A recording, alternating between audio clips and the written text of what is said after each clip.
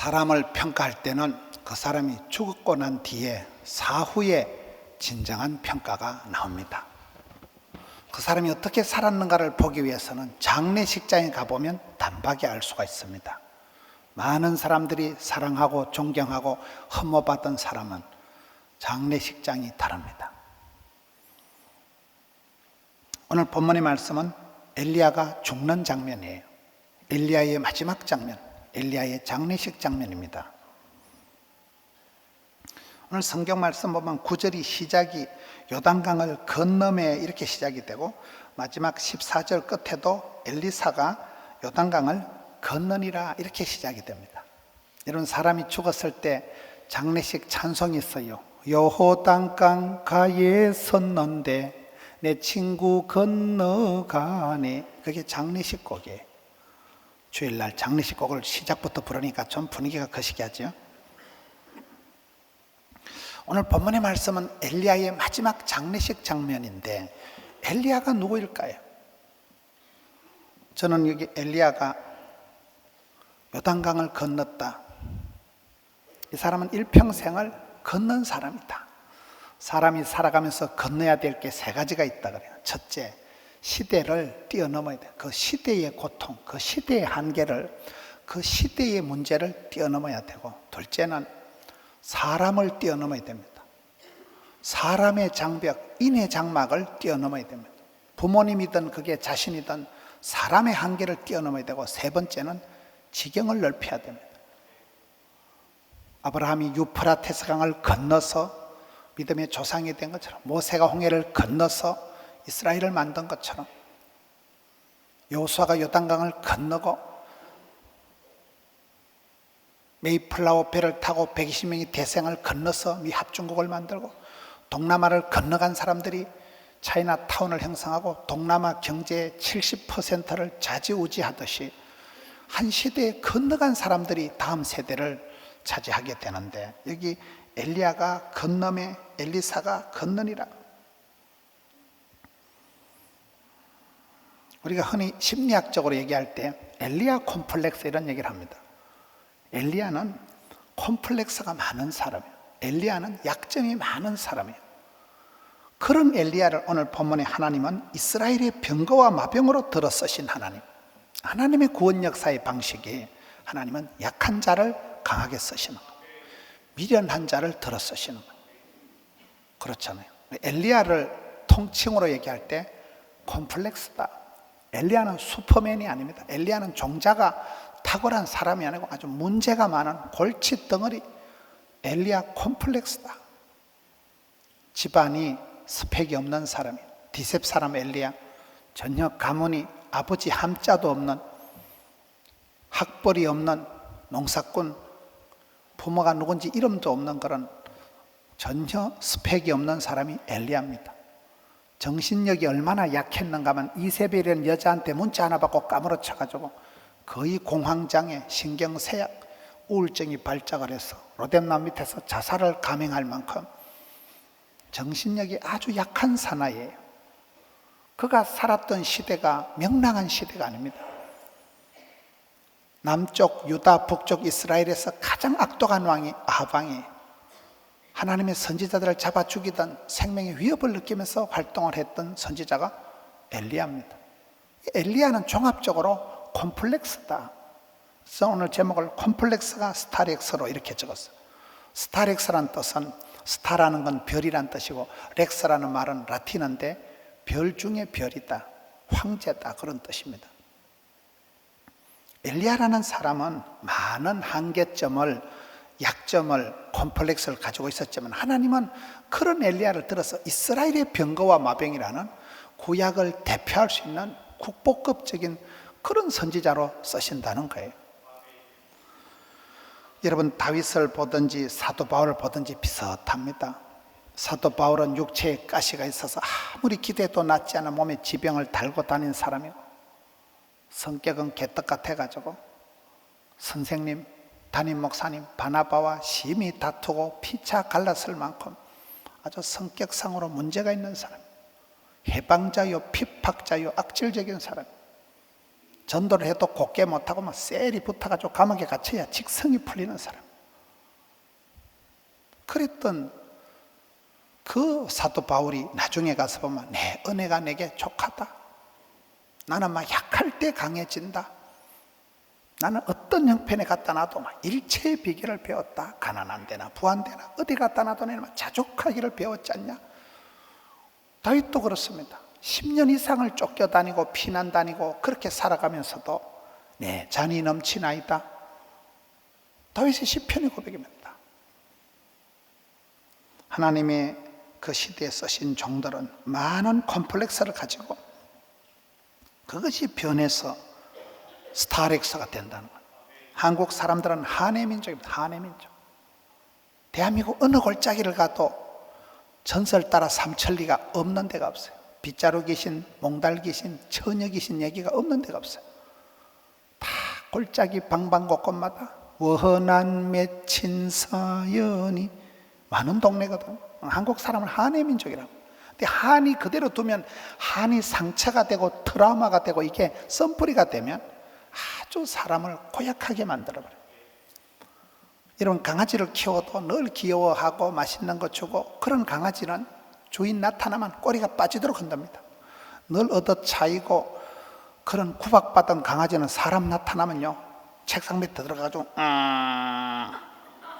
공격적으로 된다니까요. 저는 어제 저녁에 김하중 장로님 강의 중에 제가 감동받은 부분이 있는데, 젊은이들에게 얘기를 할 때 누가 이 시대 젊은이들을 힘들다고 얘기하냐, 누가 이 시대 젊은이들을 무슨 삼포시대니 절망적이니 그딴 소리를 왜 하냐는 거예요. 그건 사회 언론이 백지로 하는 소리지. 지금 대한민국 청년들이 유사일에 가장 행복한 때라는 거예요. 그분이 연구를 했는데 대한민국이 2000년 역사 동안 전쟁을 917판 했다더라고요. 그러니까 거의 우리나라는 2, 3년에 한 번꼴로 난리를 치르고 살아온 백성들이라. 병자호란이다, 임진왜란이다, 이럴 때는요 사람이 사는 게 아니라는 거예요. 막 다 잡아 죽이고 여자들 다 끌고 가고, 일제 36년은 노예라는 노예. 인권도 없고 주권도 없고 나라도 뭐 그냥 창씨 개명 이름 다 바꿔버리고 말을 언어를 말살시키고, 그때가 힘들었지. 그때는 막 사람들이 만주 벌판으로 피난을 가고, 그때는 사는 게 아니지.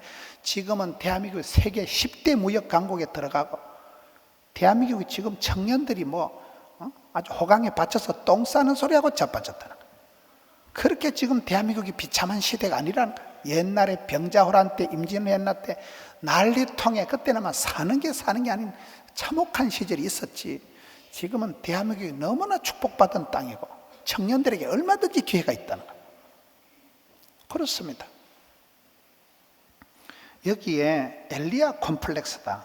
엘리사는 건너간 사람들은 한계를 뛰어넘고 문제를 점프해서 도약을 하고 건너간 시대를 뛰어넘어서, 한계를 뛰어넘어서, 인간의 장벽을 뛰어넘어서.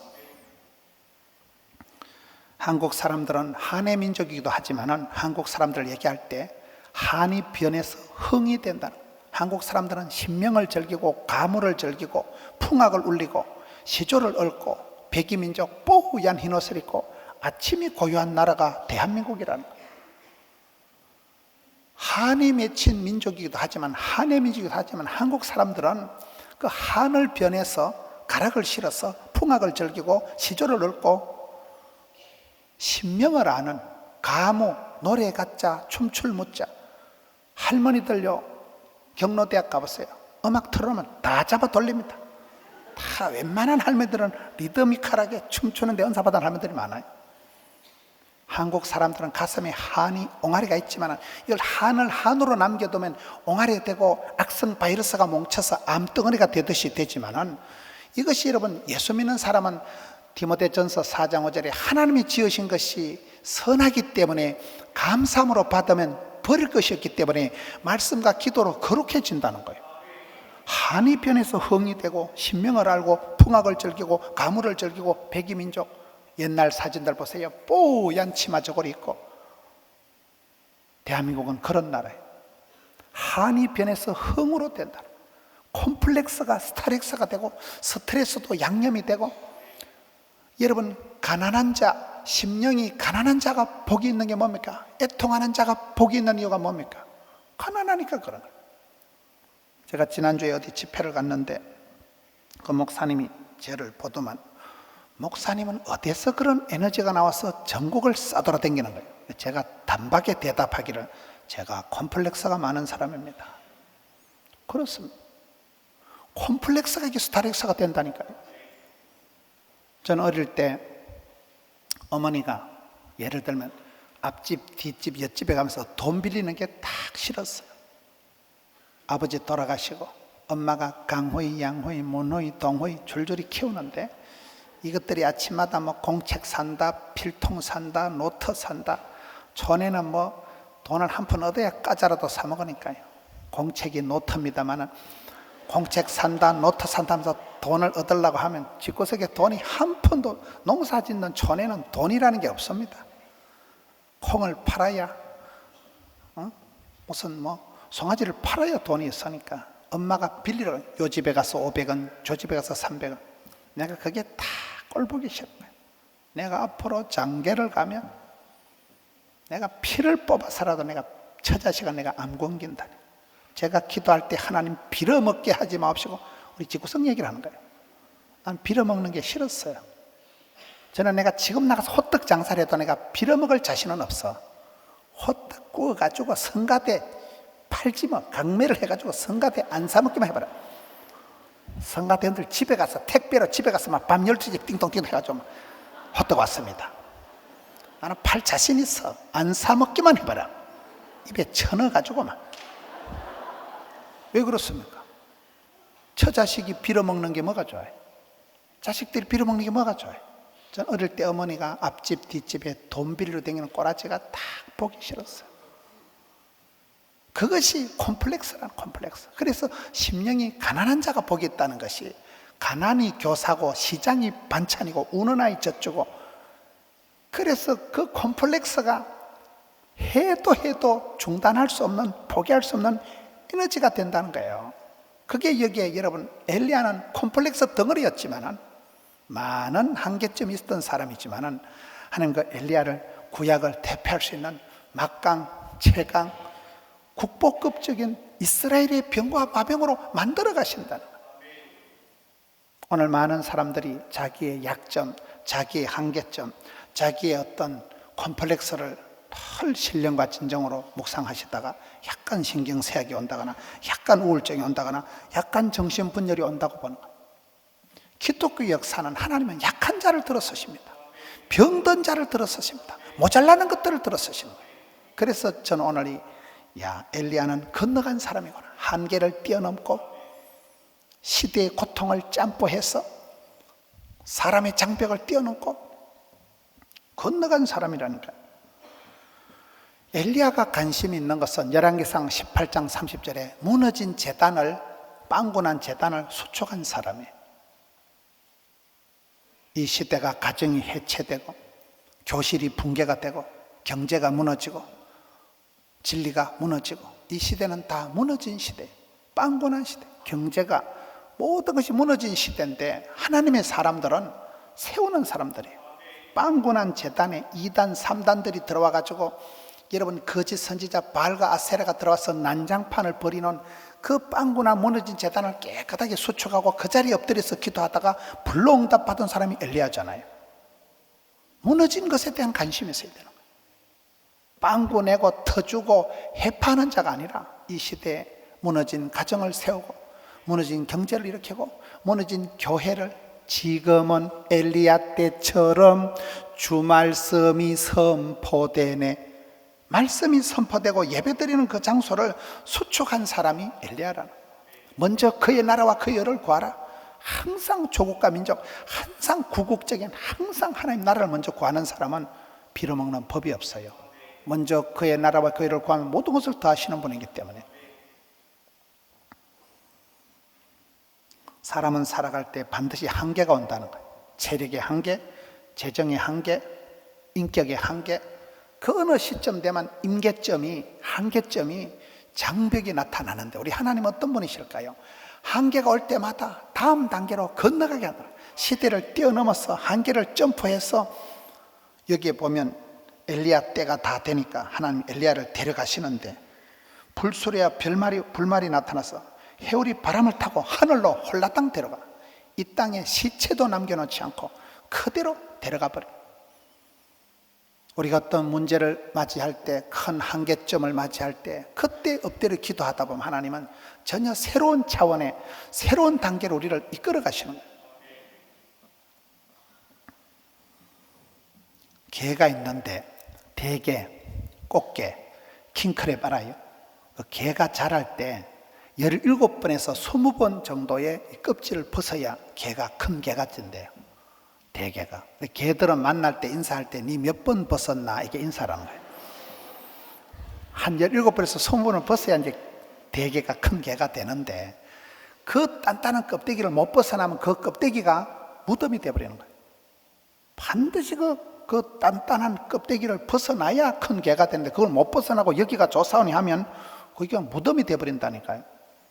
사람은 누구든지 한계가 옵니다. 살다 보면 체력의 한계, 성격의 한계, 모든 한계가 오는데 그때마다 하나님은 엘리야의 장벽을 넘어서서 하나님은 이 땅에 엘리야를 시체도 남겨냐고 저 높은 곳으로 데려갔다니까요. 그리고 엘리야 한계가 왔을 때 하나님은 뜻밖의 엘리사를 들어서 다음 타자를 바톤 터치한 분이 하나님이시라는 거예요. 당대에 내 하나 복받고 그만두는 게 저주고, 하나님은 모세가 죽은 후에 여호수아를 들어서시고, 하나님은 세례요한이 죽은 뒤에 예수 그리스도의 세계를 본격적으로 열어주시고, 하나님은 바나바가 죽은 뒤에 바울이 죽은 뒤에 디모데를, 시대마다 다음 타자를 예비하신 하나님. 그게 오늘 엘리야와 엘리사에게가 교체가 되는, 바톤 터치가 되는 게 오늘 본문입니다.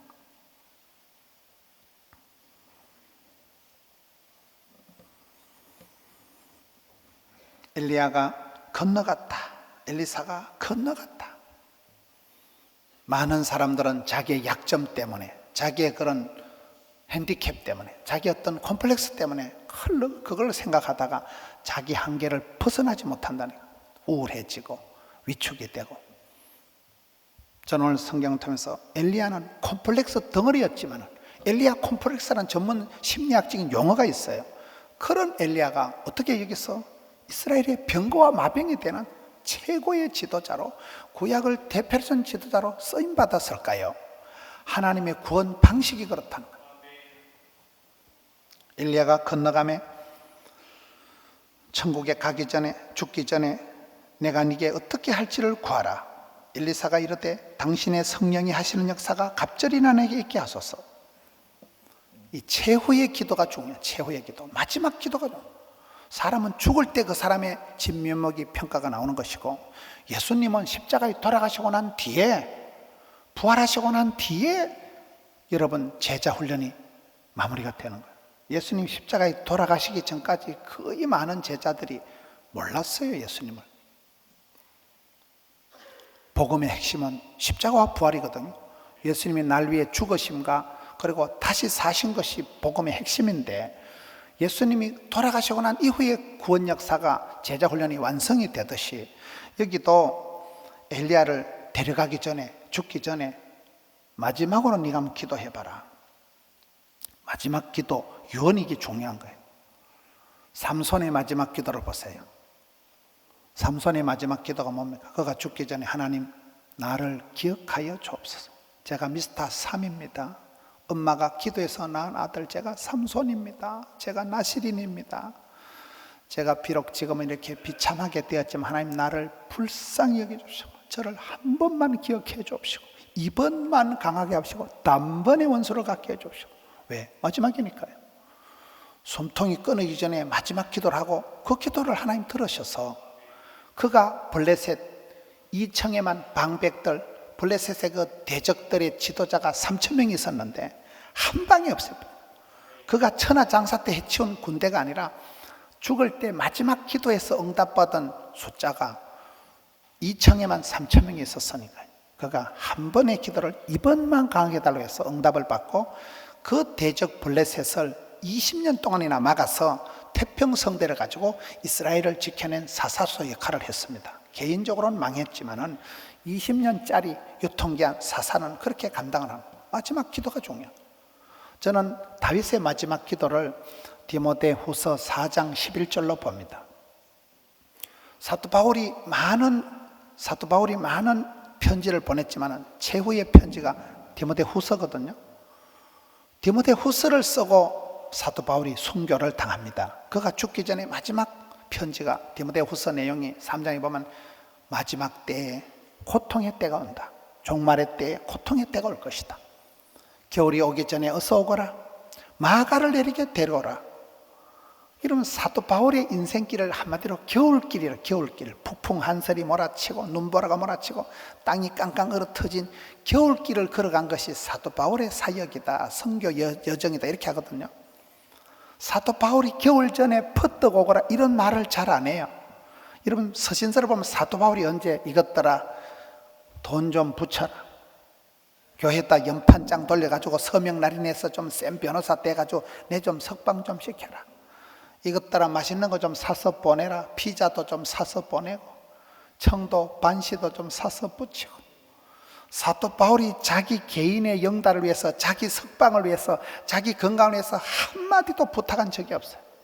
사나 죽거나 복음만 전하다가 그렇게 감옥 떠나던 걸 밤낮듯이 떠나던 사도 바울이 죽기 전에 막판에 가서 상당히 서정적인 부드러운 기도를 하는 거예요. 마지막에 가서는 겨울 전에 퍼뜩 오거라, 마가도 내게로 데려오라. 마가가 누굽니까? 저는 사도 바울의 일생에 큰 트라우마가 마가라고 보는 거예요. 마가가 누굽니까? 여러분 최초의 선교사님, 최초의 안디옥 교회 담임 목사님이 바나바입니다. 그 바나바의 조카가 마가예요. 그 마가의 어머니 마리아의 다락방에서 초대교회가 시작된 거예요. 바나바 집안은 초대교회의 주역이에요. 초대교회의 산실이 바나바 집안이에요.